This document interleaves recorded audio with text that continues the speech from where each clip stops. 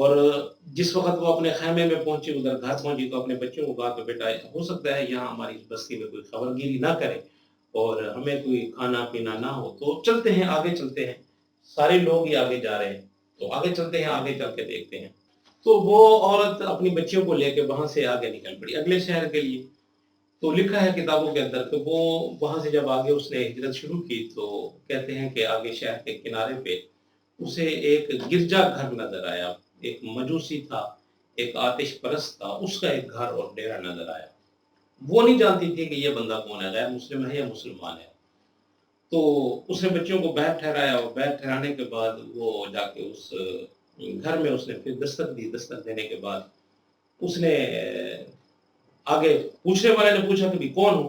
تو اس عورت نے کہا کہ ہم سید خاندان سے ہوتے ہیں، نبی کی اولاد ہیں، پیغمبر رسول کی اولاد ہیں، ہم بھوکے ہیں، صبح سے سفر کر کر کے تھک چکے ہیں، ساتھ میں میری بچی ہیں چھوٹی، تو ہمیں کھانے کے لیے اگر کچھ ہو تو دے دو۔ وہ بندہ جب بھوکا ہوتا ہے نا تو سب سے پہلے اپنا وہ تعارف کرواتا ہے جو اگلے بندے پہ اس کا اثر پڑے۔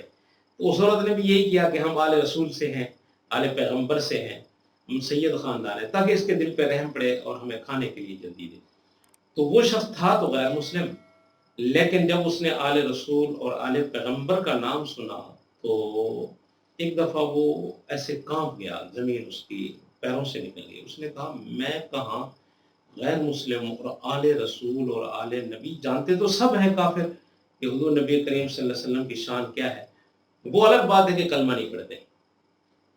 تو اس نے کانوں کو ہاتھ لگایا اور اس نے کہا اماں جان آپ کی یہ جگہ نہیں ہے ٹھہرنے کی جہاں آپ نے اپنے بچوں کو ٹھہرایا اور آپ ٹھہری ہوئی ہیں، رکے میں اپنے گھر کا اچھا کمرہ جو میرے گھر میں ہے اس وقت میں وہ صاف کرواتا ہوں اور اس گھر میں آپ کو آج میں رات سلاؤں گا، پھر صبح جو ہوگی دیکھی جائے گی، اور آج کی میزبانی جو ہے وہ میری طرف سے آپ کی، آپ پریشان نہ ہو۔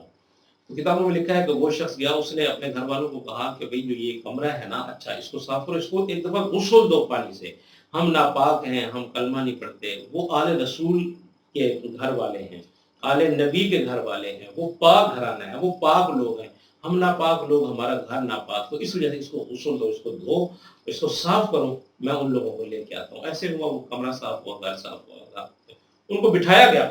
بٹھانے کے بعد جس وقت رات ہوئی اس نے میزبانی کی، اس کے بعد جو اچھے سے اچھا کھانا تھا اس نے روک کے پیش کیا۔ اس نے کہا یہ قبول کرنا میری طرف سے، یہ میں ہوں تو غیر مسلم لیکن اور میں کیا کر سکتا ہوں آپ کے لیے، لیکن جو میرے پاس سب سے پاکیزہ مال ہے اس مال سے پکا کھانا میں آپ کو یہ دے رہا ہوں۔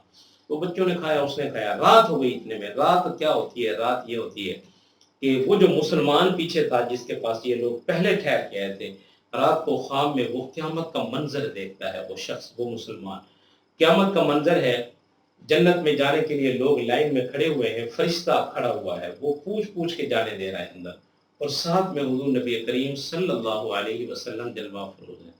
جب اس شخص کی باری آتی ہے تو فرشتہ اس کو روک لیتا ہے، فرشتہ اسے کہتا ہے ہاں بھئی کون ہو تم؟ اس نے کہا جی میں مسلمان، مسلمان۔ فرشتہ اسے کہتا ہے کہ کوئی دلیل ہے آپ کے پاس مسلمان ہونے کی؟ اس نے کہا دلیل تو نہیں ہے۔ فرمایا کہ تم اندر نہیں جا سکتے، اندر جانا منع ہے۔ تو وہ شخص حضور نبی کریم صلی اللہ علیہ وسلم کو دیکھ کے فوراً بھاگتا ہے حضور نبی کریم صلی اللہ علیہ وسلم کی خدمت پہ اور جا کے پاؤں پکڑ کے کہتا ہے یا رسول اللہ میں مسلمان ہوں، میں جنت میں جانا چاہتا ہوں، یہ فرشتہ مجھے جنت میں جانے نہیں دیتا۔ تو حضور نبی کریم صلی اللہ علیہ وسلم نے آنکھیں اوپر اٹھائیں اور اسے دیکھ کے مسکرائے اور پوچھا کہ آپ مسلمان ہو؟ اس شخص نے کہا ہاں یا رسول اللہ میں مسلمان ہوں۔ تو حضور نبی کریم صلی اللہ علیہ وسلم نے پوچھا اچھا پھر یہ بتاؤ کہ مسلمان ہونے کی آپ کے پاس کوئی دلیل، کوئی سند ہے آپ کے پاس؟ بس یہ سننا تھا، اس کی آنکھ کھل گئی۔ وہ شخص دوڑا، بھاگا بھاگا تلاش کرتا کرتا بالآخر اسی حجرے کے پاس آ گیا جہاں اس مجوسی کا اور اس پارسی کا وہ گھر تھا۔ اس نے دروازہ کھٹکھٹایا، اس نے کہا کہ میرے مہمان آپ کے پاس آئے ہوئے ہیں، وہ مہمان مجھے دے دو۔ تو اس نے کہا کہ مہمان میرے ہیں، مہمان آپ کے تو نہیں ہیں، مہمان تو میرے ہیں۔ اس شخص نے کہا نہیں، میں آپ کی جو خدمت آپ نے کی ہے اس کا میں 10 گنا آپ کو واپس کرتا ہوں، لیکن وہ مہمان مجھے واپس کر دیں۔ تو اس مجوسی شخص نے کہا کہ اب ایسے تو نہیں ہو سکتا، یہ تو بن دیکھا سودا تھا، اب تو آپ دیکھ کے آئے ہو، تو اب تو سودا واپس نہیں ہو سکتا۔ تو وہ مسلمان شخص حیران ہوا، اس نے کہا کیا مطلب؟ اس نے کہا آپ کو رات کو جو خواب آئی ہے نا، اور وہی خواب مجھے بھی آئی ہے۔ اس خواب کے اندر حضور نبی کریم صلی اللہ علیہ وسلم نے جو آپ کو منع کیا اور آپ سے پوچھا کہ آپ کے پاس کیا دلیل ہے، اور آپ کو روک دیا گیا جنت میں جانے میں، وہی خواب بھی آئی نہیں، مجھے بھی آیا ہے۔ اور فرق اتنا ہے کہ آپ نے اپنے دور کے مسلمانوں کے ہاتھوں پہ کلمہ پڑا ہوگا، لیکن رات کو جس وقت حضور نبی کریم صلی اللہ علیہ وسلم میرے خواب میں آئے ہیں، میں نے حضور کے ہاتھ پہ کلمہ پڑھ لیا، اب میں مسلمان ہو چکا ہوں، اب یہ مہمان میرے ہیں، یہ میرے پاس ہی رہیں گے اور میں ہی ان کی خدمت کرتا رہوں گا۔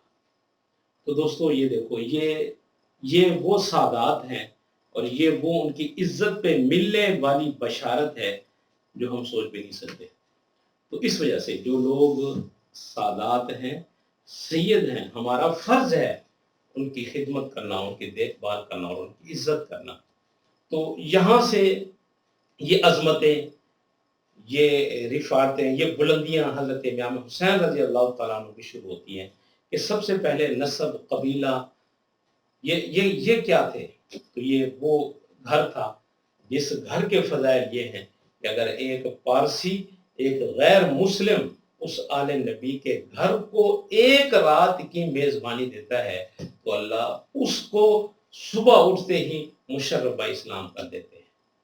تو اس سے اور بڑی خوش نصیبی والی کیا بات ہے۔ اللہ ہمیں حضرت امام حسین رضی اللہ تعالیٰ عنہ کی فضیلت اور حضرت حسین رضی اللہ تعالیٰ عنہ کی زندگی جو انہوں نے گزاری اس پہ عمل پیرا ہونے کی توفیق نصیب